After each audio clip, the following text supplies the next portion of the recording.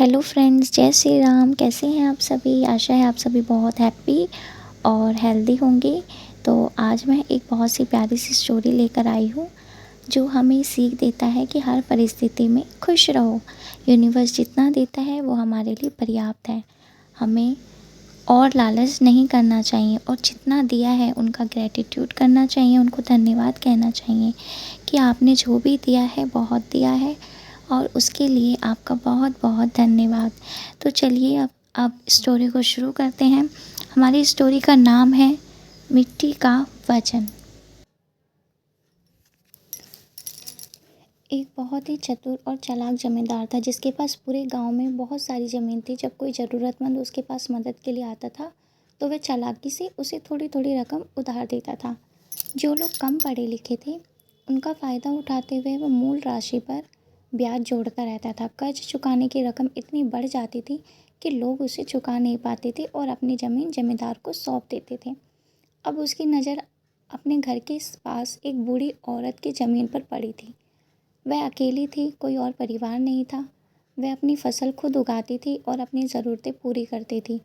जमींदार समझ नहीं पा रहा था कि उसे अपनी ज़मीन देने के लिए कैसे लुभाया जाए। फिर उसने गांव के एक सरकारी अधिकारी को रिश्वत दी और उसके नाम पर ज़मीन के फर्जी कागजात बनवाए। वह एक सरकारी अधिकारी के साथ बूढ़ी औरत के पास गया और उसे सौंपने का नोटिस थमा दिया।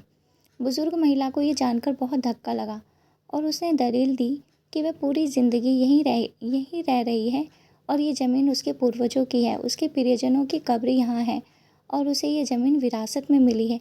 अब कोई इस पर कैसे दावा कर सकता है? उसने स्थानीय अदालत का दरवाज़ा खटखटाया, लेकिन जमींदार ने सभी को रिश्वत दी थी और जाली मालिकाना हक के कागजात पेश किए थे। इस तरह अदालत ने जमींदार के पक्ष में फैसला सुनाया। निराश वृद्धा ने ज़मीन खाली करने की तैयारी कर ली, जबकि जमींदार और उसके साथी उसके जाने का इंतजार कर रहे थे।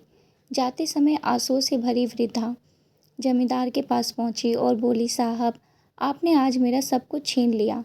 मेरा पूरा जीवन यहीं बीता, लेकिन अब मैं यहाँ से जा रही हूँ। यहाँ की ज़मीन पर मैं खेली कूदी, अपने परिवार के साथ पली बढ़ी और यह मिट्टी मुझे बहुत प्रिय है। उसने आगे कहा, हम सब मिट्टी से बने हैं, इसलिए इस मिट्टी से किसी का भी लगाव हो सकता है। मुझे इस मिट्टी से भरी टोकरी अपने साथ रखने की अनुमति दे। जब तक मैं शांति से मर नहीं जाती तब तक मेरे पास इस जगह की खुशबू रहेगी। जमींदार ने मुस्कुराते हुए सोचा कि चूंकि उसने बिना पैसे दिए उसकी पूरी ज़मीन पर कब्जा कर लिया है, इसलिए उसे एक टोकरी मिट्टी दे देनी चाहिए ताकि वह चुपचाप निकल जाए। उसने कहा, ठीक है, तुम अपनी टोकरी भर सकती हो। बुढ़िया ने अपनी टोकरी में मिट्टी भरना शुरू कर दिया। उसने टोकरी को ज़रूरत से ज़्यादा भर लिया और उसे अपने सिर पर ले जाने के लिए उसे उठाने में संघर्ष कर रही थी। फिर उसने जमींदार से कहा, साहब, क्या आप टोकरी को मेरे सिर पर रखने में मेरी मदद करेंगे? जमींदार मदद के लिए आगे आया और बोला, अरे बेचारी बुढ़िया, क्या तुमने टोकरी को ज़रूरत से ज़्यादा भरने से पहले नहीं सोचा? तुम मिट्टी से भरी इस टोकरी को उठाने में संघर्ष कर रही हो, फिर तुम इसे अपने साथ कैसे ले जा सकती हो? आंखों में आंसू भरकर बुढ़िया बोली, अरे साहब, ये सारी ज़मीन मेरी अपनी थी, पूरी ज़िंदगी यहीं गुजारी, फिर भी मैं यहाँ से एक टोकरी मिट्टी ढोने के लिए संघर्ष कर रही हूँ, जबकि मेरी सांस चल रही है। मैं मरते समय भी इसे अपने साथ नहीं ले जा पाऊँगी।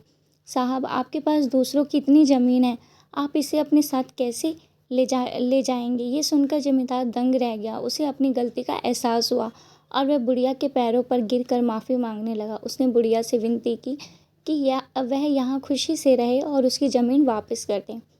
तो इससे हमें यही शिक्षा मिलती है कि धोखा मत करो, लालच मत करो, अपनी ज़रूरत से ज़्यादा मत लो। जो तुम्हारे पास है उसी में संतुष्ट रहो। कभी कभी ये एक खुशहाल जीवन के लिए पर्याप्त होता है। थैंक यू फ्रेंड्स, वीडियो पर अब तक बने रहने के लिए। और अगर आपको स्टोरी पसंद आई है तो कमेंट करके ज़रूर बताएं और चैनल को लाइक, शेयर एंड सब्सक्राइब करना ना भूलें। Thank you so much.